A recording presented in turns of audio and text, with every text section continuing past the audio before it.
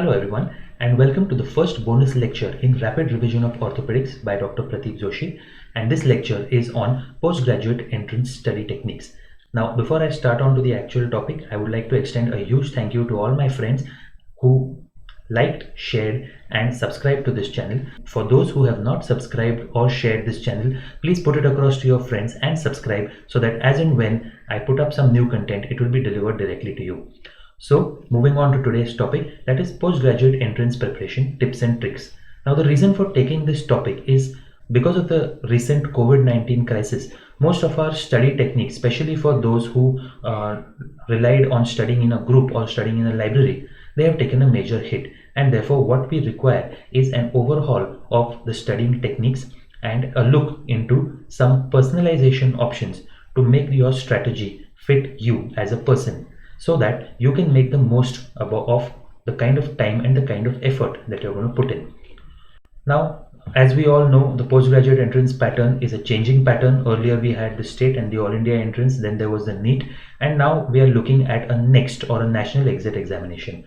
Now, what we require is general studying techniques, which means studying techniques designed not at a particular examination in specifics, but generalized in order to help you make the most of your study material, in order to make the most of your energy, and in order to best utilize the kind of time that you will be putting in for postgraduate study techniques. So because of that, we require a look into the general techniques of postgraduate study pattern. So having said that, let us start with the first concept of the day, and that is called the pyramid of success. Now, while I was a postgraduate aspirant, I had divided some subjects into two categories. One is called the base subjects and one is called as the rank clinching subjects. Now let's take a look at them. Base subjects are basically the larger subjects in MBBS. For example, our final year major subjects, medicine, surgery, OBGYN, pediatrics, and also patho, pharmac, microbiology and TSM. Now what is common to all these subjects is that while we are studying them, we study them extensively in detail and from standard textbooks. Also, most of us now, as per the trend, we are using at least one MCQ book or one coaching class set of notes in parallel to our subjects. So these are studied in detail, and therefore the overall level of knowledge amongst PG aspirants is fairly good. The second thing which binds these subjects in common is that these subjects are covered in the PG entrance examinations in such a fashion that the questions are based on a conceptual understanding of the subject rather than small details and trivia. So because of that, for someone who has studied these subjects from a standard textbook, these conceptual questions are fairly attemptable. They may not be easy, but they are attemptable. The difference that this kind of a tactic creates is that when you analyze the score taken by someone in the top 100 ranks with someone in the top 10,000 ranks, what you will realize is that there is not much of a difference in the scores as far as these subjects are concerned. For example, medicine or obs-gynae or microbiology, there is not much of a score as much of a difference as far as these scores are concerned, and therefore the percentage loss of someone in the top 10,000 as compared to someone in the top 100 is fairly less. But if you remember the little red triangle on top, that was the rank clinching subjects. Now rank clinching subjects are anat, physio, biochemistry and short subjects of MBBS, which means forensic medicine, ENT, ophthalmology, skin, anesthesia, radio, psychiatry, and my own branch, orthopedics. Now the problem with the approach for these subjects is that when we study these subjects in final MBBS or in their year of MBBS, we study them from the prof exam pattern, which means we would like to prepare short answer questions, long answer questions, we draw diagrams and we create flowcharts. But when we start studying them from a postgraduate entrance point of view, what we realize is that most of the questions are factual and detail oriented, which we have as students, we may have ignored while studying for the prof exam pattern.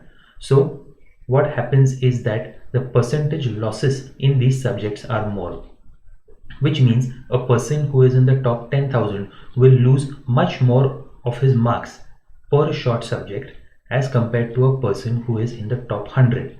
Also, all these subjects are such that the number of subjects is more and the per subject quota of marks is less. But when they all come together as rank clinching subjects, we will realize that the bulk of the marks which are lost by a set of people who are in the top 10,000 are in these subjects, and if these subjects can be mastered, they will help you ascend the triangle of success and you will get your rank. So this is the place where toppers score much more than the others.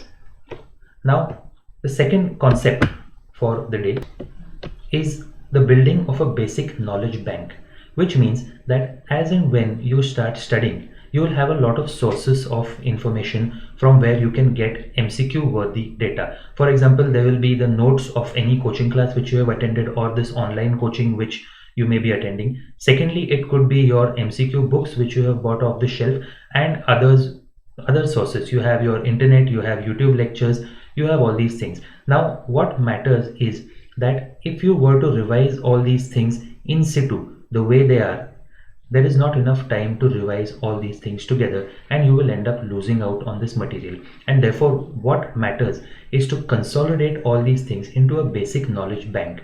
And what I mean by a basic knowledge bank is an actual physical notebook. So may it be your class notes or may it be your MCQ notebook, whichever it is, the biggest notebook which you have, which has the maximum data, should have a couple of pages extra in which you would add the data which you get from other sources such as internet or such as YouTube.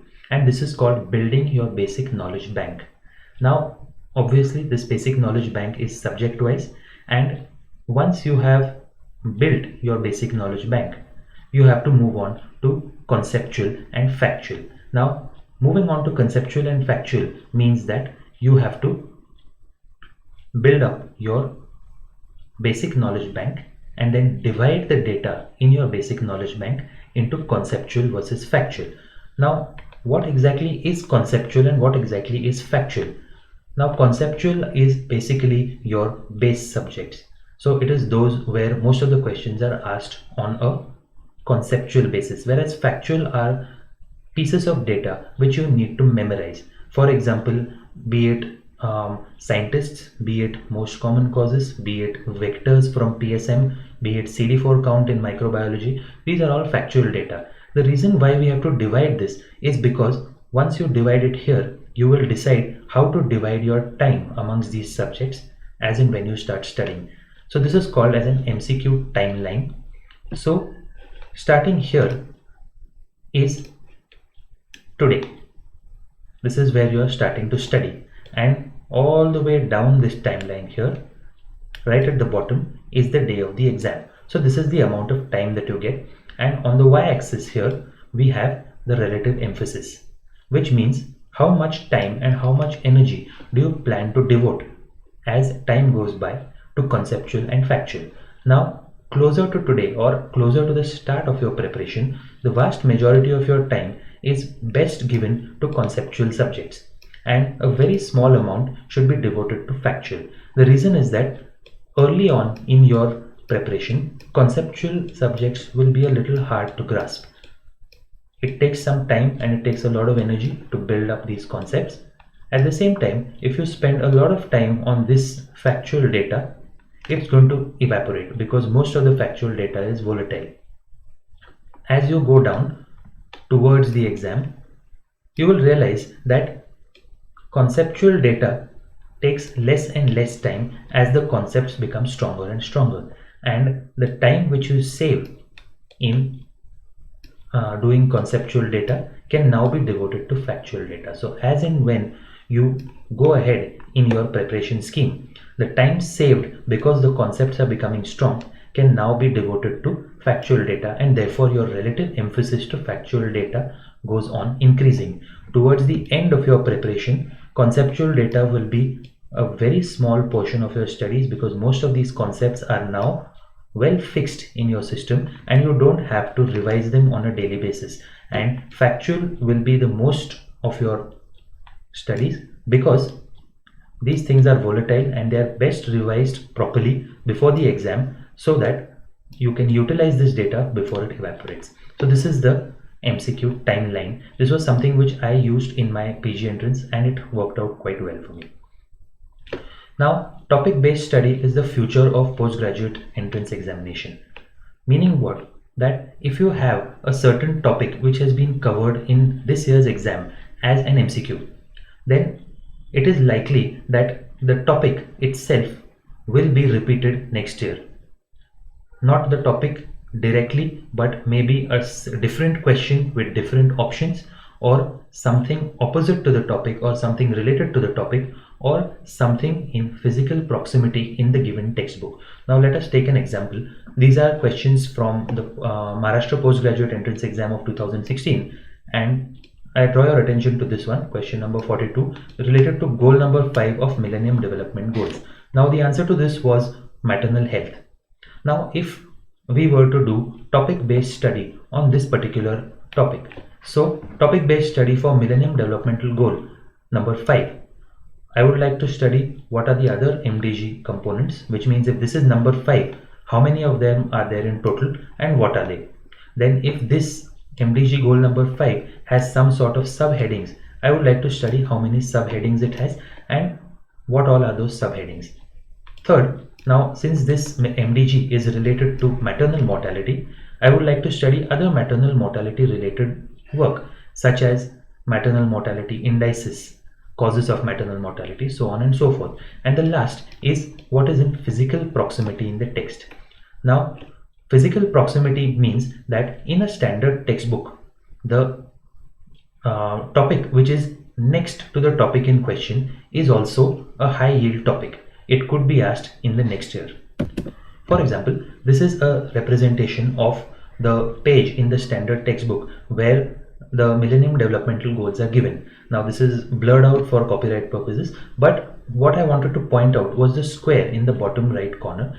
That is the part about healthcare delivery. That is the next topic in the standard textbook after Millennium Developmental Goals. So if you find in the recent years a question on a given topic, it is a smart option to also study the topic before and the topic after. It increases your probability of getting a question on a topic you have read. Now, unfortunately, the era of pure MCQ centric preparation is now drawing to a close. But MCQ centric preparation is not completely outdated. What we need to do is MCQs for subject practice if you are weak at a particular subject, or for technique and time management, and most importantly for keywords in a given MCQ. But again, the question comes, which MCQs to read and which not to read. Now if you open any standard textbook of MCQs, what you will realize is that there are, to be orthodox, at least thousands of MCQs, and there are MCQs from 1987, 1988, 1989. For reference, my birth year is 1991. So the MCQs are very old, and this is a trick which I used to use while preparing for the entrance, and that is any MCQ which is older than me is completely irrelevant and you can safely omit it. Now the corollary to the age rule is that if the MCQ has been asked after your admission year to MBBS, it is a relevant question, and not only should you know the question, but also you should know the entire topic from which it comes. So this is your MCQ timeline, where anything before your birth year is irrelevant and anything after your MBBS admission year is completely relevant and it must be known. Moving on to the fourth concept of this lecture, and that is a SWOT analysis. Now SWOT stands for strength, weakness, opportunity and threat. Now what we have to do is, basically the point behind this SWOT analysis is that as you go on preparing, you have a subjective feeling of being good at a particular subject or being not good at a particular subject. So it is not sufficient to just have a subjective idea of where you stand, because if you don't have an objective idea of where you stand, it is impossible to act upon it, and therefore this analysis will help you to act upon it. Now I draw your attention to the square in the slide. The first one is strength. Now strength is a subject where you are confident about the subject, and as per your test you are scoring accordingly. Now a weakness is the exact opposite of the strength, that is, you are not confident about the subject and you are not scoring in it either. Now there are two extra categories, one is opportunity and one is threat. Now in opportunity is a subject where you are not confident about the subject, however so far you are scoring well. And a threat is a place where you are confident, you feel you know the subject, but you actually don't, or the scores are not agreeing with you. Now, the reason behind dividing subjects like this is because we have to add into each of these squares the subjects which fit this description. So maybe you have 6 subjects in your strength, you have another 4 in weakness, you have another 3 in opportunity and 2 in threat. Now, it is possible to convert an opportunity into a threat if you were to revise properly and to gain some confidence. However, if the strength subject is ignored, it is likely to slip into an opportunity, or it is likely to slip into the threat. A threat where you have the confidence but you don't have the score at some point is going to slip into the weakness slot. Now, SWOT analysis is not a one-time thing. It is something which you need to do every month, and the aim is to push as many subjects into strength as possible and to keep as many subjects out of weakness and threat as possible. Moving on, a couple of extra tactics which I used to use. First one is the book of numbers. Now, it is an actual physical book where there is a number written on top of each page. For example, this is number 1, and as you can see, there is data. All this kind of data which is completely unrelated to each other but united by the number 1. This is a part of this page. Similarly, I have a page for 2 and a page for 3 all the way till 100, and this notebook should be by your side every time you're studying. And as in when you come across a particular number, you write it on that particular page. So you have something which is 3.16, put it on the page under 3. You have something for 6.55, put it under the page of 6. By the end of your study, you have all your numerical values arranged numerically, which can be used as a factual data bank. Next is a graduated list. Now, graduated list is important because not only does it help you identify numbers, for example, which infection, this particular list deals with which infection is happening at which CD4 count. Now, the question may not always be straightforward. It may not always ask you Mycobacterium tuberculosis occurs at a CD4 count of around 300. It may give you a set of organisms and they may ask you to arrange those organisms from highest CD4 count to lowest CD4 count. In this case, a graduated list in an ascending or a descending order is going to help you out. Moving on, lists of frequently asked topics. Now, as you can see, this is a list of the entire communicable diseases chapter in PSM, where I have put in all these vectors and the number of diseases which they are transmitting. This is something which again will be a part of your factual data, and therefore it is a smart option to keep this notebook by your side as you're reading your other subjects and put in these entries while you're reading. It is not possible to make these entries on a standalone basis. Now, another important concept is association and relation.